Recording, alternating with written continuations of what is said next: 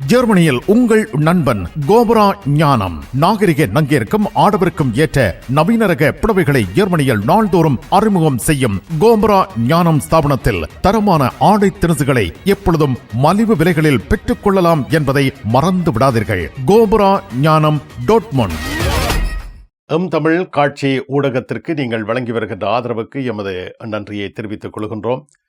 இதுவரையில் சப்ஸ்கிரைப் செய்யாது இருக்கின்ற உறவுகள் தயவு செய்து சப்ஸ்கிரைப் செய்து உங்கள் ஆதரவை தமிழ் காட்சி ஊடகத்திற்கு வழங்கிக் கொள்ளுமாறு மிக்க அன்போடு வேண்டிக் கொள்கின்றோம். மிக்க நன்றி.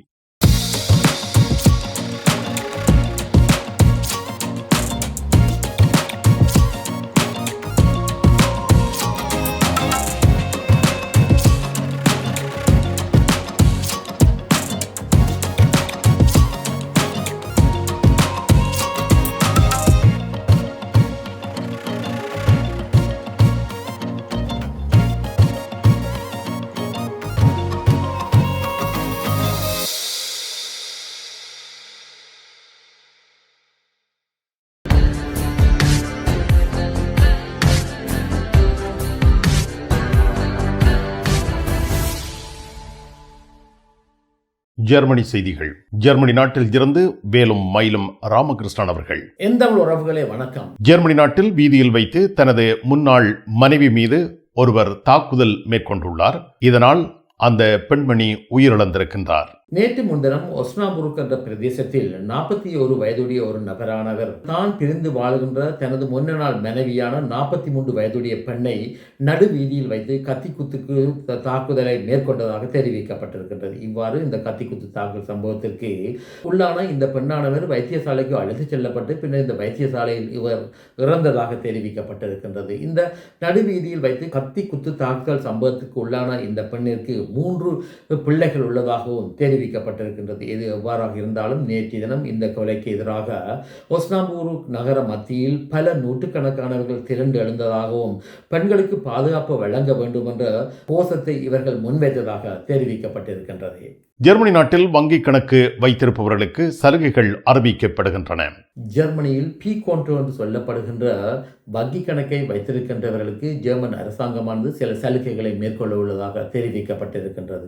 அதாவது பி கோண்டோ என்று சொல்லப்படுகின்ற வங்கி கணக்கை வைத்திருக்கின்றவர்கள் இதுவரை காலங்களும் தங்களது வங்கி கணக்கில் 1491 யூரோ மற்றும் 75 சென்ட்டுகளை வைத்திருக்க முடியும் என்றும், ஆனால் அரசாங்கத்தினுடைய புதிய நடைமுறையின் பிரகாரம் 1/7/2025 இவர்கள் தமது வங்கி கணக்கில் 1555 யூரோக்களை வைத்திருக்க முடியும் என்றும் தெரிவிக்கப்பட்டிருக்கின்றது. இதே வேளையில் மேலதிக ஒரு குடும்ப உறுப்பினர் அவருடன் இருந்தால் அவர் 585 யூரோக்கள் 23 சென்ட்டுகளையும், மூன்றாவது குடும்ப உறுப்பினர் இருக்கும் பொழுது 326 யூரோக்கள் 4 சென்ட்டுகளையும் வைத்திருக்க முடியும் என்றும் இந்த புதிய நடைமுறை தெரிவிப்பதாக தெரிவிக்கப்பட்டிருக்கின்றது. டாட்மண்டில் ராஜமுத்திரை எஸ்கே சில்க்ஸ் பாரடைஸ். உங்களுக்கு பிடித்தமான ஆடைகள் அனைத்தும் மாபெரும் மலிவு விற்பனை. ஒவ்வொரு சனிக்கிழமையும் அதிவிசேட மலிவு விற்பனை. விஜயம் செய்யுங்கள் SK silks Paradise Dortmund. Germany நாட்டில் அடிப்படை ஊதியத்தை 15 யூரோவாக அதிகரிப்பதற்கான யோசனைகள் முன்வைக்கப்படுகின்றன.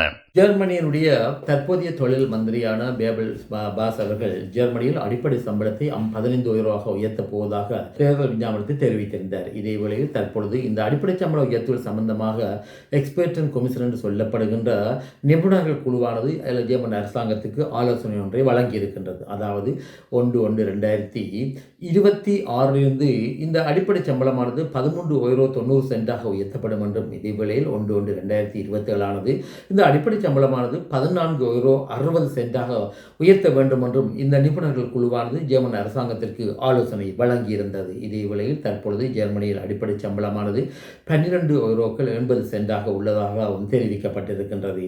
இந்த அடிப்படை சம்பள உயர்வானது 14 யூரோ 60 சென்டாக நடைமுறைக்கு வந்தால் கஸ்ட்ரோனமி என்று சொல்லப்படுகின்ற உணவு அகங்களில் வேலை செய்கின்றவர்களுக்கு இது ஒரு வரப்பிரசாதமாக அமையும் என்றும் எதிர்பார்க்கப்படுகின்றது. ஜெர்மனி நாட்டில் அகதிகள் வருவதை கட்டுப்படுத்தும் நடவடிக்கைகள் தொடர்ச்சியாக தீவிரப்படுத்தப்பட்டு வருகின்றன.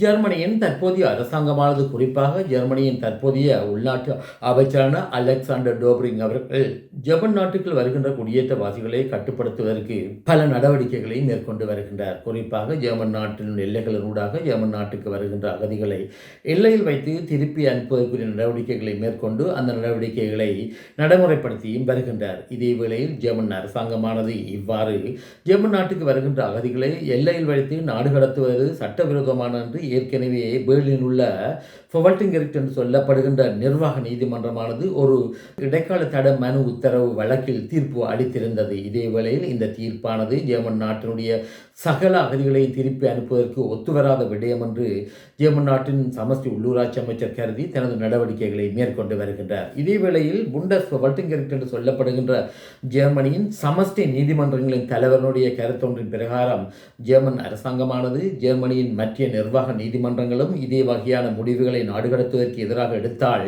தமது முடிவுகளில் மாற்றங்களை கொண்டு வர வேண்டும் என்ற கருத்தை பிரதிபலித்திருக்கின்றார். இது எவ்வாறாக இருந்தாலும் ஜெர்மனியுடைய தற்போதைய உள்ளூராட்சி அமைச்சர் மற்றும் ஜெர்மனியுடைய பல மாநிலங்கள் இவ்வாறு அகதி விண்ணப்பம் மேற்கொண்டு நிராகரிக்கப்பட்டவர்களை நாடு கடத்துவதற்குரிய துரித நடவடிக்கைகளை மேற்கொண்டு வருகின்றார்கள். இதன் முக்கிய கட்டங்களாக ஜெர்மனியில் அகதிகளை நாட்டை விட்டு அனுப்புவதற்கு ஏதுவான முறையில் சில தடுப்பு முகாம்களை விரிவுபடுத்த உள்ளதாகவும் தெரிவிக்கப்பட்டிருக்கின்றது. ஜெர்மனியில் உங்கள் நண்பன் கோபரா ஞானம் நாகரிக நங்கிற்கும் ஆடவருக்கும் ஏற்ற நவீன ரக புடவைகளை ஜெர்மனியில் நாள்தோறும் அறிமுகம் செய்யும் கோபரா ஞானம் ஸ்தாபனத்தில் தரமான ஆடை திணுசுகளை எப்பொழுதும் மலிவு விலைகளில் பெற்றுக் கொள்ளலாம் என்பதை மறந்து விடாதீர்கள். கோபரா ஞானம் டாட்மண்ட். இனி உலகச் செய்திகள். அமெரிக்க அதிபர் டொனால்ட் ட்ரம்ப் அவர்கள் ஈரானானது அணு ஆயுத உற்பத்தியை தொடங்கினால் அவர்கள் மீது மீண்டும் தாக்குதலை மேற்கொள்ள போவதாக பயமுறுத்தி இருக்கின்றார். இதே வேளையில் பல நாட்களுக்கு பின்னர் பொதுவெளி தொலைக்காட்சி உரையாடல் ஒன்றை மேற்கொண்ட ஈரான் நாட்டுடைய அதிக சமய தலைவரான ஆயத்துல்லா ஹமேனி அவர்கள் கருத்து வெளியிடுகையில் அமெரிக்க அதிபர் இவ்வையான தாக்குதல் பயமுறுத்தலை மேற்கொண்டால் அதுக்கு தகுந்த பதிலடி ஈரானால் கொடுக்க முடியும் என்று கூறப்பட்டிருக்கின்றார். இதே வேளையில் ஈரானானது ஒரு மாதங்களுக்குள் அணு ஆயுத செறிவூட்டலை ஆரம்பிக்கலாம் என்று IAEA என்று சொல்லப்படுகின்ற ஐக்கிய நாடு சபையினுடைய அணு மேற்பாளர் குழுவுடைய தலைவர் குரோசி அவர்கள் கருத்து தெரிவித்திருக்கின்றார். ஏற்கனவே ஈரானிடம் 60% செறிவூட்டப்பட்ட 400 கிலோ உரேனியம் உள்ளதாகவும் இவர்கள் வெகு விரைவில் 90% உரேனிய செறிவூட்டல் நடவடிக்கைகளை மேற்கொள்ளலாம் என்றும் எச்சரித்திருக்கின்றார். ஐரோப்பிய பாராளுமன்றத்தில் நடைபெற்ற உச்சி மாநாட்டின் பொழுது ஐரோப்பிய பாராளுமன்றத்தில் ரஷ்யாவுக்கு எதிராக கொண்டு வர இருந்த பொருளாதார தடையானது பின்னர் இடைநிறுத்தி வைக்கப்பட்டுள்ளது. அதாவது ஸ்லோவேக்கியா நாட்டினுடைய பிரதமர் பிங்கோ அவர்களுடைய எதிர்ப்பின் காரணமாக இந்த பொருளாதார தடை பயமுறுத்தலானது இடைநிறுத்தப்பட்டுள்ளதாக தெரிவிக்கப்பட்டிருக்கின்றது. இதே வேளையில் நாட்டோ அமைப்பினுடைய பாதுகாப்பு அமைச்சர்கள் 2 நாட்களுக்கு முதல் கலந்து நாட்டோ அமைப்பு நாடுகள் தங்களது உள்நாட்டு உற்பத்தியில் 5% நிதியை இந்த நாட்டு அமைப்புடைய பாதுகாப்புக்கு செலவிட வேண்டும் என்று முடிவெடுத்துள்ளதாக தெரிவிக்கப்பட்டுள்ளது. மிக்க நன்றி வேலும் மயிலும் ராமகிருஷ்ணன் அவர்களே. மீண்டும் சந்திப்போம். வணக்கம். அதெல்லாம் இருக்கட்டுமாப்பா, வீட்டு டிடி பாக்ஸ் இருக்கோ என்ன இல்லையோ? எனக்கு விசாக்கு முதல் டிடி பாக்ஸ் இருக்கும் இல்ல? சரி, ஓகே, பாய். நைட் எடுக்கிறேன் என்ன? சரியா? இங்க என்னடா வாங்கி விற்கிறாராம்?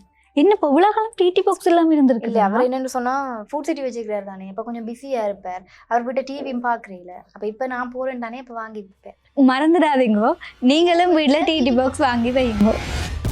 தமிழ் தொலைக்காட்சிகளின் நிகழ்ச்சிகளை தங்கள் இல்லங்களுக்கு எடுத்து வருவதில் முன்னணி வகிப்பது டிடி பாக்ஸ். நீங்கள் விரும்பும் தொலைக்காட்சி நிகழ்ச்சிகளை இலகுவாக பார்த்து மகிழ டிடி பாக்ஸ். விவரங்களுக்கு 0049 1630 00 78 00.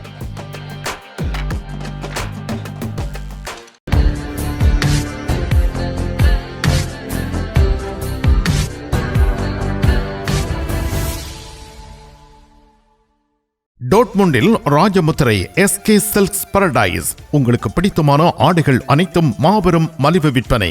ஒவ்வொரு சனிக்கிழமையும் அதிவிசேட மலிவு விற்பனை. விஜயம் செய்யுங்கள் SK சில்க்ஸ் பாரடைஸ் டோட்முண்ட்.